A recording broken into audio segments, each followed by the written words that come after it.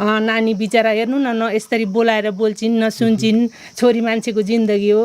त्यही भएर यो भिडियो जसले हेर्नुहुन्छ 10 रुपियाँ किन नहोस् भाइको खाता नम्बर दिनुभएको। अनि बहिनी भोलि 3 वर्षको पुग्ने है? हजुर।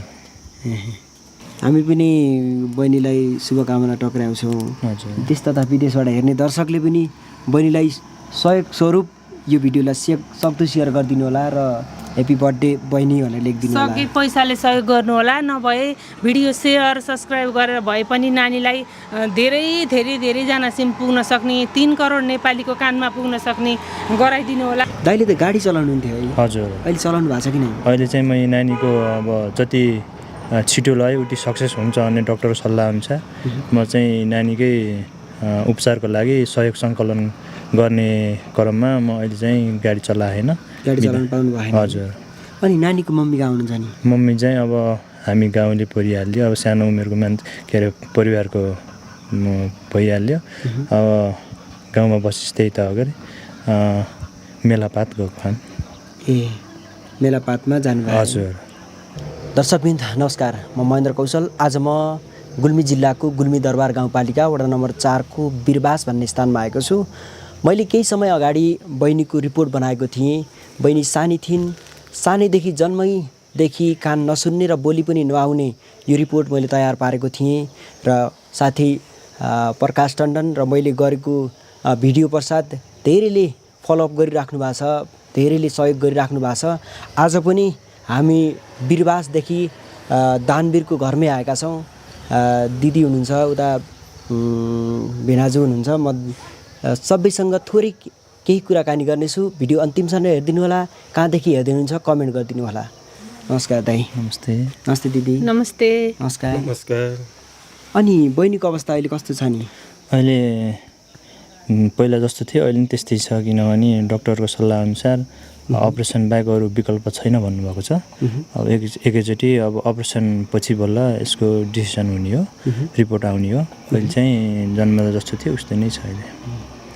अहिले कहिलेसम्म उपचार गर्नुपर्छ या ठुलो भएपछि नहुने हो कि केही सल्लाह सुझाव दिनु भएन डाक्टर साहबले? डाक्टर साहबले भन्नुभएको छ कि जति सानो उमेरमा गएर उति सक्सेस हुने भन्नुभएको छ।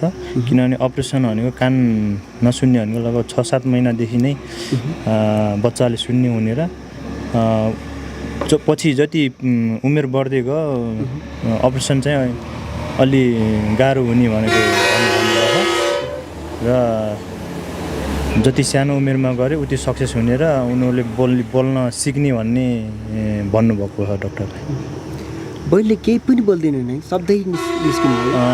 आफ्नै उमा चिच्याउने कराउने गर्छ र हामी बोलेको उसले नसुनेको भएर यिनी ओडहरू भन्दैन। जस्तै बा आमा मलाई भोक लाग्यो यताउति चाहिँ भन्दैन। आँखाले देख्यो भने इसारा मात्र गर्छ। अनि दिदीसँग कुरा गर्नु छ। दिदीले बहिनीलाई कहिलेदेखि चिन्नुभयो नि? मैले त बिरामी भएको त त्यही भिडियो हेरेपछि थाहा पाएँ। चिन्न चाहिँ उहाँहरूलाई चिन्थेँ पहिलेबाट। त्यो नानी यस्तो छ भन्ने त मैले भिडियो देखेपछि चाहिँ थाहा पाएँ। त्यही त तपाईँले हामीले सहयोग गर्छौँ तर मिडियामा नआउने भन्नुभयो। होइन, सुरुमा हाम्रो छोराछोरीले विदेशबाट हामीले मम्मीको पुण्यतिथि पारेर 5-5 हजार हालिदिन्छ मम्मी, नानीलाई दिनुहोस् न भने। अनि मैले त्यो मिडिया नबोलाइकन भाइको खातामा राखिदिएपछि बाबुको साथीहरूले नि यस्तो फेरि त्यस्तो तैँले भनेनस् हामीले नि दिन्थ्यौँ भनेर उहाँ 30 हजार पैसा उठेछ। अनि अब दिने बेला बोलाउँ न त सरहरूलाई भनेर मैले प्रकाश सरलाई फोन गरेको थिएँ। अनि सरले मेसो मिलाएर आउन सफल हुनुभयो। अनि हामीले अब नानीलाई त्यो पैसा दिँदैछौँ। आज कति दिनुभयो? आज अब 30 हजार दिने हो नानीलाई। आज दिनुहुन्छ? हजुर। अनि त्यही त तपाईँको छोराले? हजुर, हाम्रो छोरा आनन्द पन्थले दक्षिण कोरियाबाट पठाएको पैसा। कोरियाबाट काम गरेर सङ्कलन गरेर पठाउनु? हजुर, आफूले पठाएको 10 हजार दिइसक्यो। अनि फेरि त्यहाँ साथीहरूले पनि दिन्छौँ भने मम्मी मलाई दिन मन लाग्यो भनेर आफ्नो बनाएर अनि 30 हजार हालिदिएको थिएँ। अनि तपाईँहरूलाई खबर गरेको। अनि दाइ पछिल्लो समयमा हामीले भिडियो बनाएपछि धेरैले मन पराउनु भएको छ बहिनीलाई, अनि धेरै कमेन्टहरू पनि गर्नु भएको छ। कतिको सहयोगहरू कतिको जुटेको छ नि? सहयोग अहिले राम्रै आएको छ र सहयोग गर्न पनि अब सायद सबै सामु भिडियो नपुगेर होला, पुगेका जतिले गर्नुभएको छ। त्यो सहयोग चाहिँ अझै कमी भएकोले लगभग करिब 55-60 लाख लाग्ने भएकोले अहिले लगभग 13 जति भएको छ 13 सङ्कलन। लाख जति सङ्कलन भयो। हजुर, अरू अझै थप सङ्कलन गर्नुपर्ने हुनाले भिडियो हेर्ने सम्पूर्णले सहयोग गरिदिनु होला भन्न चाहन्छु। दाइले त गाडी चलाउनुहुन्थ्यो है? हजुर, अहिले चलाउनु भएको छ कि नै? अहिले चाहिँ म नानीको अब जति छिटो लगायो उति सक्सेस हुन्छ भन्ने डक्टरको सल्लाह अनुसार म चाहिँ नानीकै उपचारको लागि सहयोग सङ्कलन गर्ने क्रममा म अहिले चाहिँ गाडी चलाएन। गाडी चलाउनु पाउनु भएन? हजुर। अनि नानीको मम्मी कहाँ हुनुहुन्छ नि? मम्मी चाहिँ अब हामी गाउँले परिहाल्यो, अब सानो उमेरको के अरे परिवारको भइहाल्यो। अब गाउँमा बसिस त्यही त हो गरे मेलापात गएको खान। ए, मेलापातमा जानुभयो? हजुर। अनि अहिले त खानाको लागि अनि यताउति त जुटिरहेछ नि है? हजुर, अब खाना यताउति गर्न त लगभग सानोतिनो खर्चलाई त ठिकै थियो। अब ठुलो खर्च आउँदाखेरि नसकिएको हो। एकचोटि सन्चो गराउँछु, बहिनीलाई स्कुल पठाउँछु, सुन्ने गराउँछु भन्ने सपना छ है? एकदम त्यही सपना लिएरै सहयोग माग्दै हिँडेको छु, सहयोग सङ्कलन गर्दै हिँडेको छु। सहयोग गरिरहनु भएको छ र सहयोग नगरेकाले नि गरिदिनु होला भन्न चाहन्छु। अनि दिदी र भेनाजुलाई कहिलेदेखि चिन्नुभयो नि तपाईँले? उहाँहरूलाई त म सानैदेखि चिन्थेँ, अनि म अब गाइडलाइनमा लाग्ने बेला नै चिनेको हो दिदीहरूलाई त। हाम्रो व्यापारको उले गर्दा पनि उहाँले चिन्नुहुन्छ? चिन्थेँ। हजुर, मेरो परिवारलाई चाहिँ पहिलाको भिडियो हेरेर चिन्नुभएको यहाँहरूले। म दुःख रहेछ भन्ने बल्ल थाहा भयो। हजुर।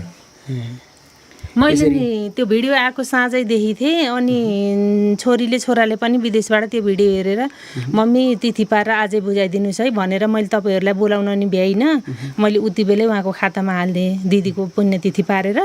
अनि अहिले आएको पैसा यसरी दिउँ भनेर हो। देश विदेशमा रहने नेपालीहरू जो हुनुहुन्छ, छोरी मान्छेको जिन्दगी हो। तपाईँको सानो थोपाले समुद्र बन्न सक्छ, तपाईँहरूको सानो प्रयासले नानीको भविष्य बन्न सक्छ। त्यही भएर सम्पूर्णले थोरै गरेर भनी पठाइदिनु होला। नानीको जिन्दगी छ पुरै। हामी बरु अब आधा आधीमा पुग्यो। कति सङ्घर्ष गर्न पर्यो जिन्दगीमा छोरी मान्छे भएर। त्यही भएर सबैले बुझ्ने जतिले थोरै गरेर भए पनि नानीलाई त्यो उपचार गर्ने पैसासम्म जुटाइदिनु नै भन्ने ठुलो आशा छ। र पैसा पठाइदिने मेरो छोराछोरीलाई पनि धेरै धन्यवाद। कुलपितृको आशीर्वादले कहिले निचो हुन नपरोस्, सधैँ हात माथि गर्न परोस्, तल थाप्न नपरोस्। त्यो हाम्रो बाबा मम्मीको आशीर्वाद छ छोराछोरीलाई। अनि कति भना छोराछोरी तपाईँको? एउटा छोरा एउटा छोरी। एउटा छोरा एउटा छोरी। यति मनकारी हुनुहुन्छ भन्ने थाहा थियो तपाईँलाई? होइन, अब आफ्नो छोराछोरीको बानी त थाहा छ। अझै पनि नानीहरूले गरेको काममा हामी कुनै कुरामा विरोधी छैनौँ। हामीले गरेको काममा नानीहरू विरोधी छैनन्। कुनै यस्तो गर्छौँ है बाबा मम्मी भनेपछि हामीबाट नो कहिल्यै हुन्न। किनकि हामी पनि त्यो परिस्थितिलाई झेल्दै दुःख पीडा भोग्दै यहाँसम्म आएको हो। त्यही भएर अझै पनि कहीँ त्यस्तो समस्या परे थोरै अन्त पनि सहयोग गरौँला। हजुरहरूले पनि हामीलाई यस्तो छ है भनेर भन्नुहोला। अब धेरै दिन नसके पनि कहीँ दुःख पीडामा परेका त्यस्ता दुःखी हुनुहुन्छ भने सानो हाम्रो सहयोगले कसैको भविष्य बन्छ भने हजुरहरूले पनि हामीलाई यसो सहयोग माग्नुहोला, माग्न नहिचकिचाउनु होला। यसरी हाम्रो घरसम्म आएर हाम्रो बोली देश विदेशसम्म पुर्याइदिन सहयोग गर्नुभयो। हजुरहरूलाई धेरै धन्यवाद। र प्लस अहिले भर्खरै अरूभन्दा पनि नानीको भविष्यको कुरा हो। नानी बिचरा हेर्नु न यसरी बोलाएर बोल्छिन् न सुन्छिन्। छोरी मान्छेको जिन्दगी हो। त्यही भएर यो भिडियो जसले हेर्नुहुन्छ 10 रुपियाँ किन नहोस्, भाइको खाता नम्बर दिनुभएको। जति सक्नुहुन्छ 150 ले धेरै हुन्छ। मान्छे जन्मिँदै कसैले यत्रो थुप्रो लिएर आएको हुन्न। कति सङ्घर्ष गरेर मान्छे बल्ल लास्टमा राम्रो हुने हो। त्यही भएर तपाईँहरूको सानो प्रयासले नानीको भविष्य बन्छ भने जसले सुन्नुहुन्छ उहाँले धेरै सहयोग गरिदिनु होला भन्न चाहन्छु। अनि बुवाले के भन्नुहुन्छ छोराछोरीलाई यसरी सहयोग गर्दै हिँड्दाखेरि? ल बुवा यसो आफ्नै हातबाट दिनुहोस् भनेर भन्दाखेरि तपाईँलाई कस्तो लाग्छ? अनि धेरै राम्रो लाग्छ नि त। मान्यता राखेर यसो गर्नुहोस् भनेर छोराछोरीले भनेपछि अनि हामीलाई धेरै खुसी लाग्छ। यस्तो यति बेला धेरै दर्शकले हेरिराख्नु भएको छ, हामी बोलिरहेका छौँ। अनि तपाईँ जस्तै मनकारी दर्शकहरूले पनि हेर्न सक्नुहुन्छ भिडियो।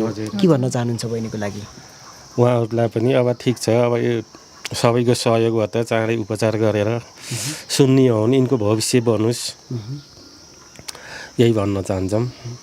अनि बहिनी भोलि 3 वर्षको पुग्ने है। हजुर हामी पनि बहिनीलाई शुभकामना टक्राउँछौँ। हजुर देश तथा विदेशबाट हेर्ने दर्शकले पनि बहिनीलाई सहयोग स्वरूप यो भिडियोलाई सक्दो सेयर गरिदिनु होला र ह्याप्पी बर्थडे बहिनी भनेर लेखिदिनु होला। सके पैसाले सहयोग गर्नु होला, नभए भिडियो सेयर सब्सक्राइब गरेर भए पनि नानीलाई धेरैजनासिम पुग्न सक्ने 3 करोड नेपालीको कानमा पुग्न सक्ने गराइदिनु होला। एउटा न एउटाको मन फर्किन्छ।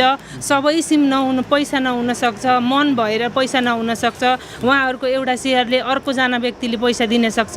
त्यही भएर नानीलाई जन्मदिनको धेरै शुभकामना भन्दै तपाईँहरूले पनि शुभकामना मार्फत नानीलाई शुभकामना दिँदै सहयोग गरिदिनु होला।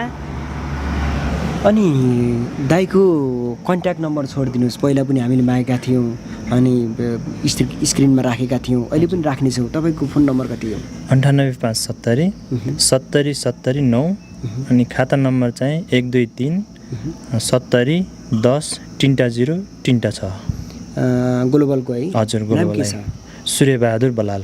सूर्यबहादुर बलाल। हजुर अनि खाता नम्बर भनिहाल्नु। हजुर सहयोग गर्न चाहनुहुनेले मलाई फेसबुकमा नि फलो गर्न सक्नुहुन्छ।